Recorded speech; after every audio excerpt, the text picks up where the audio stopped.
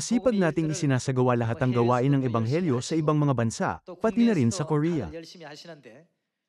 Habang bumibilis ang gawain ng Ebanghelyo, naniniwala ako na dapat na walang patid ang pananalangin, na siyang hininga ng ating mga kaluluwa. Kung titingnan natin ang mga nasusulat tungkol sa pananalangin ni Jesus at ni Daniel, makikita natin na si Jesus ay nanalangin ng madaling araw. Sa mismong gabi ng Paskwa, isinama ni Jesus ang kanyang mga alagad sa halamanan ng Getsemani, at umalis na mag-isa para manalangin, at pagkatapos ay humingi ng pabor. Bumangon kayo at manalangin, upang hindi kayo pumasok sa tukso. Bumalik si Jesus matapos manalangin, naratnan niya silang natutulog lahat dahil sa pagod. Muli niya silang ginising. Kayo'y maging handa at manalangin, upang hindi kayo madaig ng tukso.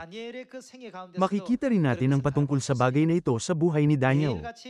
Si Daniel, na taimtim na nananalangin sa Diyos araw-araw, ay napunta sa yungib ng leon. Pero hindi siya nilapan ng mga leon.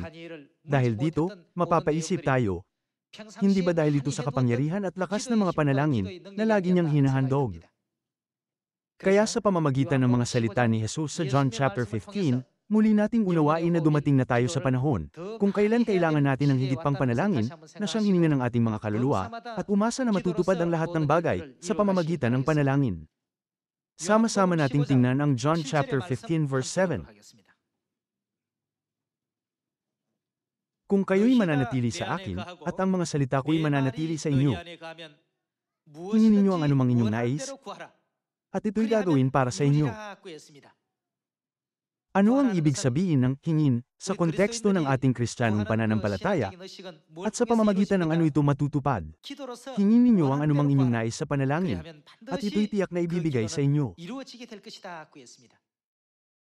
Sinabi ng Diyos na kung mananatili tayo sa salita ng Diyos at kung ipapanalangin at hihingin natin ang mga bagay na ikasisiyan natin, ninanais natin at inaasam natin, matutupad ang lahat ng bagay. Naniniwala ba kayo rito?